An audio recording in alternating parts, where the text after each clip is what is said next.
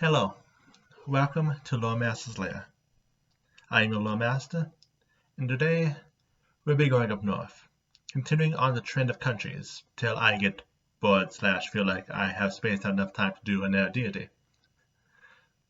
We will be looking at the homeland of the Ulfen people, the people who spread their reach wider than even many of their colonizing nations. The lands where the supernatural is commonplace, and everyone not only dreams but prepares to become a legend. The unity of 7 kingdoms, known as the land of the Linnorm Kings. First off, a brief history. There has long been people living in the northern lands, now known as the land of the Linnorm Kings, but the oldest recorded events of the kingdom was when a man by the name of Sebjorn Omfang killed a Craig Linnorm and used the event to declare himself king in negative 624 AR, inadvertently making it so only those who conquered Linnorms could become king, and making it so his land would never be fully united again after his lifetime. One of the largest expansions of the kingdom was what is known as the Giantkin War, when the giants united under one leader, consolidated their forces in negative 450 AR to siege the north. This gave the Linnorm Kings reason to work together, and they conquered the giants' territories of Old Suisun and Old Edisorial, creating the modern southern border. To the east, by 1033 AR, the Ulfen raiders had pushed to Tusk Mountain, creating the largest kingdom the kingdom had ever been. Most of these eastern countries would be lost 2,000 years later, with the coming of Baba Yaga and the founding of Ulfen, with the Linnorm Kings finally managing to halt the rich's at the current eastern border. Today there are 7 different lands within the kingdom, each under various different rulers, but even the ones considered more civilized have fought in glorious combat to destroy entire Chilaxian fleets and raid their shores, the only difference being which countries they will raid. Which brings us to our first side tangent, the part of the show where we start at the beginning of the country's name. So, what is a Linnorm? What Linnorms are not are something I'll be going through one by one like I did with the different dragons in my videos on the plains. Because as much as I wanted to do that information, it took forever to do. What Linnorms are wingless slender dragonoids, which is one of the most powerful subsets of not true dragons. The creatures are less intelligent than true dragons, mostly being forces of destruction. They have connections to the first world, with the eldest, Ragada, claiming to be the original Linnorm. Linnorms all have some form of true sight and freedom of movement. However, what Linnorms are most known for are death curses, revenge against those who do manage to slay them. These range from making them wreak fire, ice, or electricity, taking away the ability to breathe underwater, or even drink water without drowning, make them rapidly age or unable to heal, or have the dragon revive from their bodies. So, the Linnorm Kings, while powerful, also proudly proclaim their weakness. For the kings we know, for the kinds we know, we'll be getting to kings later, but for the kinds of Linnorms we know, not going into depths on them because that takes forever, are Craig, Ice, Tarn, Cairn, Fjord, Taiga, Tor, and Gare, with there being a few unique ones with their own unique death curses. Now with the basics out of the way, let's see who lives there. The main group of humans who run the show are the Ulfen people. The Ulfen, sometimes referred to as Vikings by those who cannot tell the difference between the raiders and just common but extremely buff farmers, are people who survive yearly in the lands that are hostile towards them. Since they are the dominant culture, we'll be getting more information on them later when we go into the specifics. But for generals, Ulfens tend to have two names, their birth name and their by name, aka the name they are given by others. By names tend to stick around till they are given a new one, so Ulfens who end up with mocking by names usually work twice as hard to prove themselves to get their title changed. Ulfens usually adopt the professions of their clans. Changing occupations outside of marriage into a clan is frowned upon. The only exceptions are raiding, soldiering, or adventuring, because these are the kinds of things Ulfens respect above everything else. Looking at other inhabitants of the region, many of the different kingdoms are also home to a decent contingency of dwarfs, and Gungnir Forest is home to a decent number of gnomes who love spending time with their fey relatives. The Irvonia elves tend to live much farther north, and halflings only tend to visit or stay to larger parts, so they don't have that much of an influence in the kingdoms. But going back to human ethnicities, there are a decent number of Tien, particularly from the nation of Minkai, who stop here in trade caravans after crossing the crown of the world, there being a decent minority living in Karlsgård, which is the capital. And through what's called cultural exchange between the Ulfen, the Tien, and the crown of the world's Erutaki, there has been a rise in a minor ethnicity known as the Valki. The Valki mostly live in the land of the Linnorm Kings, mostly in the Icemark region, where they live semi-nomadic lives. I can cover more on them when we get to their region. Speaking of regions, I believe this is what we should focus on next. The land of the Linnorm Kings is broken up into 7 different regions, referred to as kingdoms, because ruled by king, despite only 4 plus 1 currently having Linnorm Kings, and 1 region never having been a kingdom in any sense of the word. The heartlands of the regions and capital region is found in the Thin Lands, the area ruled by descendants of King Ulfen. The capital has always been at Karlsgård, a metropolitan city 3 times larger than the next kingdom's capital.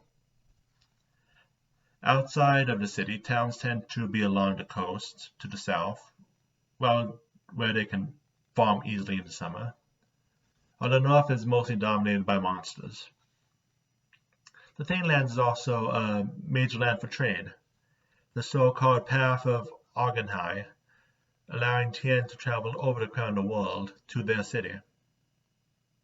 The former ruler, who recently retired in 4719 AR, which was shortly after Tui started, was Sven Blood Eagle, a man who doubled down on trade from both the north and the south. He was notoriously hard to impress, leaving none of his children in position to sit on his throne before retiring to Valenhall. He was succeeded by his daughter, Thera Asheyes. She is an unusual pick for ruler, not only being the second female ever to become a Linnorm King in history, but also a magic user, a magus, in a land of magic-hating barbarians. However, she is the only of her siblings to have actually slain a Linnorm, so the most they can do is accuse her of cheating. Next is Southmoor. This is the southernmost mainland of the country, bordering the wastelands of Visalia. It is still partially raised land, monsters of various kinds still living towards the east, thankfully stopping the advances of Baba Yaga's kingdom. The capital of the kingdom, Joel, was built upon the capital of an old giant kingdom of the area, itself being the remains of old cynosure from Thessalonian times. The city is very closely packed with twisting alleys, except for the main road, and the city itself is not that accepting of outsiders. The former ruler of this region was Opfir Eightfinger, a joke among the Linnorm lords due to the fact that his collected head had already decomposed by the time he presented it, leading to rumors he scavenged the body instead of killing Linnorm himself. He managed to prove himself by winning duels against all who questioned his authority.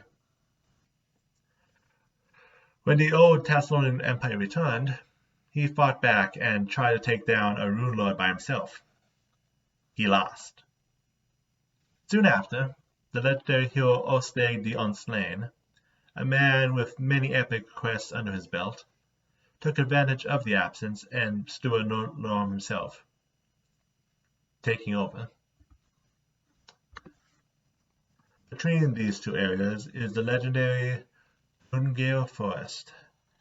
This is a place which, despite being counted as one of the 7 Linnorm kingdoms, has never had a king. For many places in the land of Linnorm Kings, the boundaries between the material plane and the first world are thin. This is a place where going between one and the other is relatively easy. This is why many speculate so many Linnorms are found within the forest. Chief among them is Fafnir, the father of all Linnorms, the legendary Linnorm, which legend says the person who succeeds in slaying, of which will mark I as the next High King of the Linnorm Kings, basically in charge of all the countries instead of the scattered mess it is now. There are various small towns, a couple of gnome settlements, but no real capital of this region. The largest city is a town called Sojourn's Rest,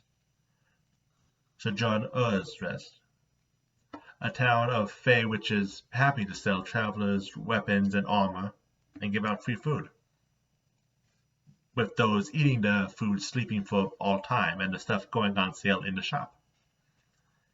Be careful who you trust. There's also a scattering of druids who work to keep either the outside of the forest or the inside from getting too powerful and disrupting the balance. Before I leave, there is one remaining inhabitant that needs to be mentioned. Norns. Today's side tangent number 2. Norns are fairly mostly associated with the land of the Linnorm Kings, being found on the material plane in Gunga Forest. They tend to be associated with the eldest Mogd, who is said to be the first triad of Norns to form a Triumvirate. I can never pronounce that, no matter how much Roman history I look. Triumvirate. Whatever. The Norns act as neutral advisors to many of the eldest, who will be patient with them as long as they do not take too much liberties. However, what makes Norns important enough to be their own side tangent is that there are people who worship Norns as gods. These groups called the Followers of Fate. Here, the Norns are worshipped as goddesses of destiny, fate, and the aging process. Norns, for their part, do nothing to encourage this worship, but also does little to stop it, and they are strong enough to grant followers spells, so. Going back to kingdoms, the eastern border is an area called Hagsreach. Hagsreach was specifically developed to protect from the march of the Winter Witches. Each city of this area is functionally a fortress, everyone willing to live this close to the border knowing how to fight. The capital is Trollheim, a city specifically made to protect from invasion by having the most confusing layout possible, so only a native will be able to find their way through. There is no current Linnorm king of this region. Everyone who claims the region for their own usually goes on a wild charge into Irison and does not make it back. The fighters who don't charge wildly into glorious death and therefore actually can serve as border guards are the Black Ravens. They are a elite guard who work with strategy, something that can be rare within some Linnorm Kings. Doing double duty as the leader of the Black Ravens and the Castellan of Trollheim, and therefore de facto leader of the kingdom, despite not slaying a Linnorm of his own, is Freyr Darkwine. He spends all his time split between the front lines and the capital, always working to keep the border safe. Almost done with the mainland, but let's look at some of the islands first. The island chain known as the Broken Bay.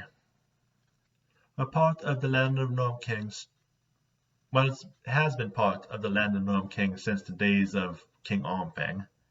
It was 1677 AR when the capital of Blith was founded by Einarek Stormbreaker, a famous and brutal raider.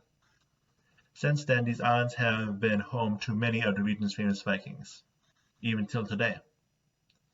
Where many kingdoms are trying to be diplomatic, Broken Bay is still home to those who only see glory in violence and taking all they can take.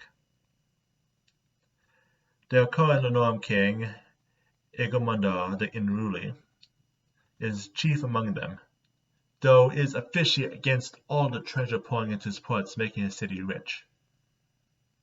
Speaking of city, Blith today still stands as one of the largest harbors in the Inner Sea region as a whole, constantly creating more and more ships. Outside of the main island, the island of Orthost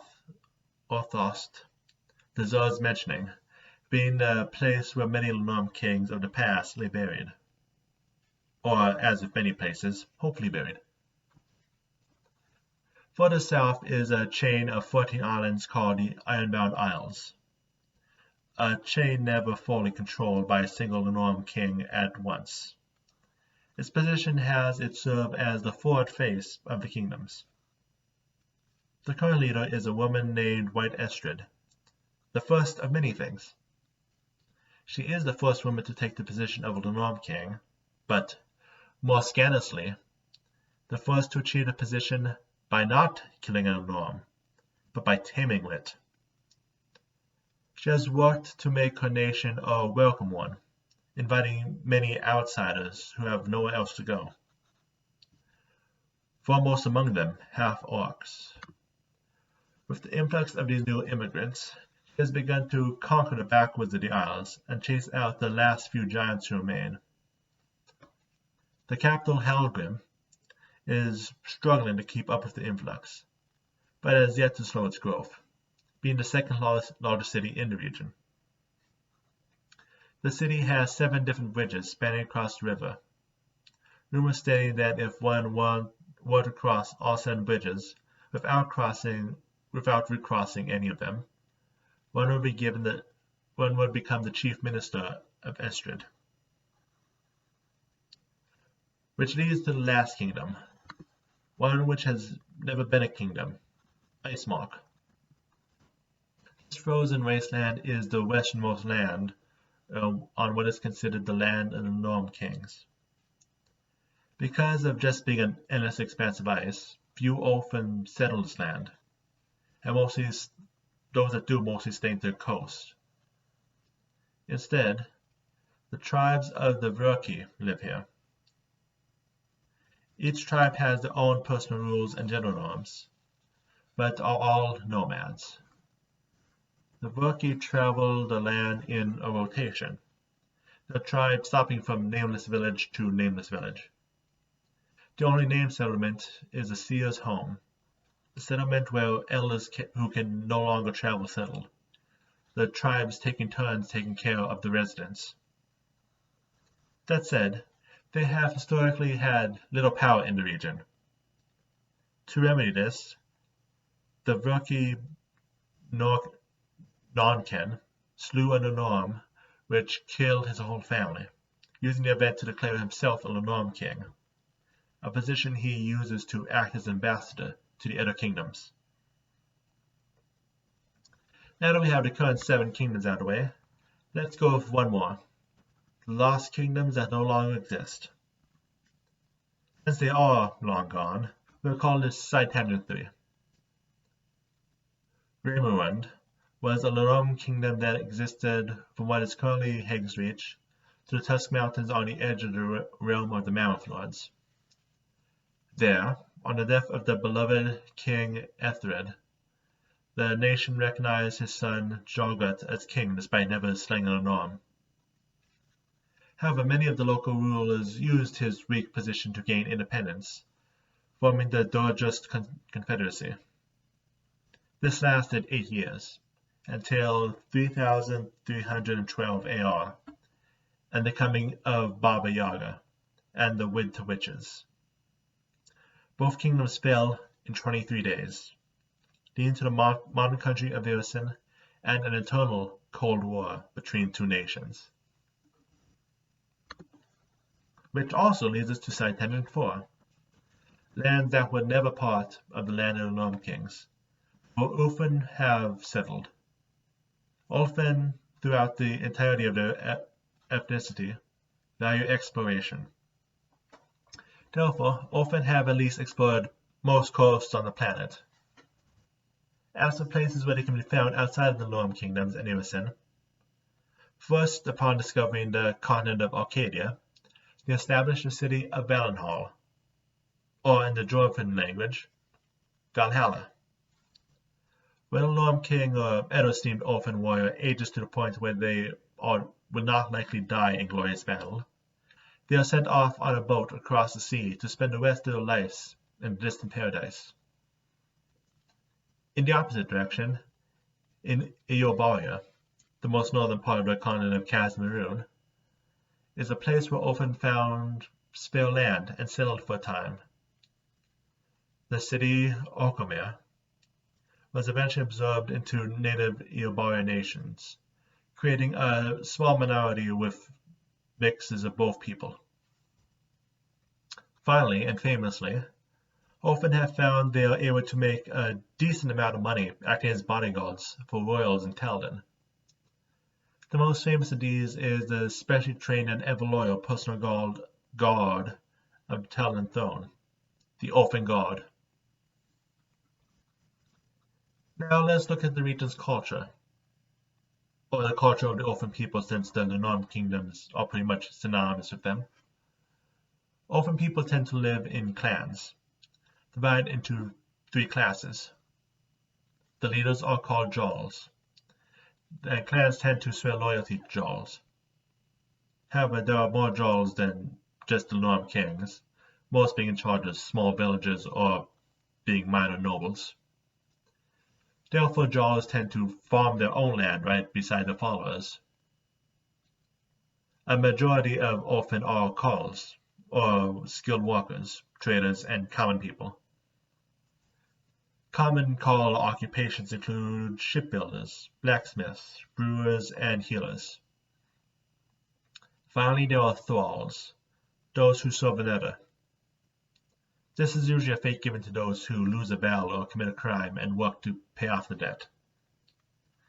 Despite where they stand, however, thralls are not slaves, and often will be insulted if you want to insinuate such.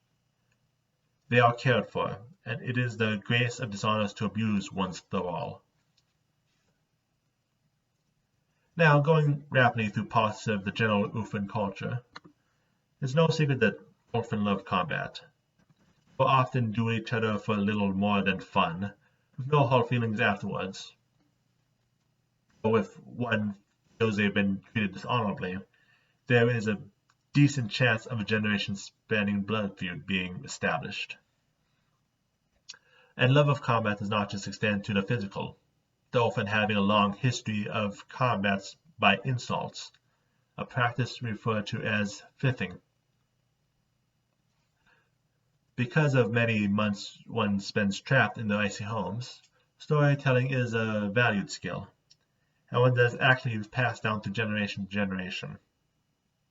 One of the reasons the Ulfen way of life is a desire for their exploits to be added to those tales, potentially furthermore within the Ulfen sagas. The Ulfen celebrate holidays in unique ways, which include mock combat, wrestling, hot springs of families, and lots of alcohol.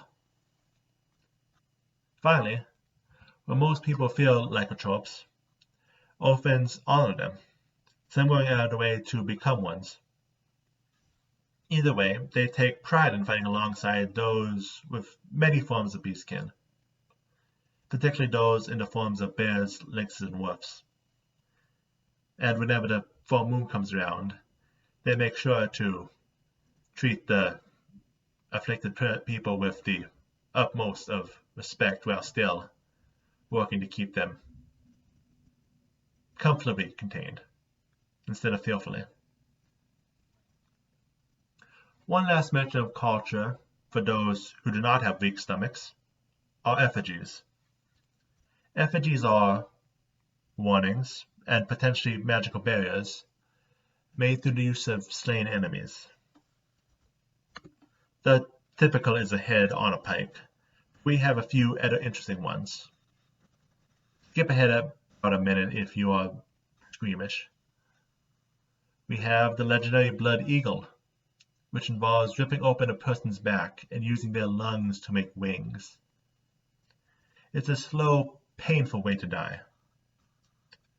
We have the Tree of Souls, an entire tree made out of human bodies. The desired end result is to build a structure with as little wood as possible. Finally, everyone's favorite is the Wicker Man, a great structure in the shape of a humanoid, which can hold multiple people at once. Even before it is lit, the prisoners may stay within, starving and thirsty, for days or even weeks. But the point of this effigy is to bring about shrieks when the flames are lit. Finally, as per usual, religion. The big ones of this area are Desna, Turog, Guram, and Aristil. Ulfen, as explorers, have connections to Desna throughout her portfolio of travel, while warriors and hunters each favor Guram, and sometimes Loremaster, and Aristil respectively. Not only is the land of the Linnorm Kings full of dwarves, but the Ulfens themselves also hold Turog in high regards, with a preference to his domain of community over that of the Forge. And you cannot have people known for drinking without killing and being paid at least some lip service, if less than others. In terms of the Verki, they have a threefold faith, run by clerics, oracles, and druids separately. The formal religious practice of following Aristil, the worship of their ancestors, and the worship of the spirits of animals and plants. Which brings us to the end of today's video. A nice exploration of an out-of-the-way region. Where will we go next week? Well, nowhere actually. Have another God video lined up as we slowly work our way through all that we have full write-ups for.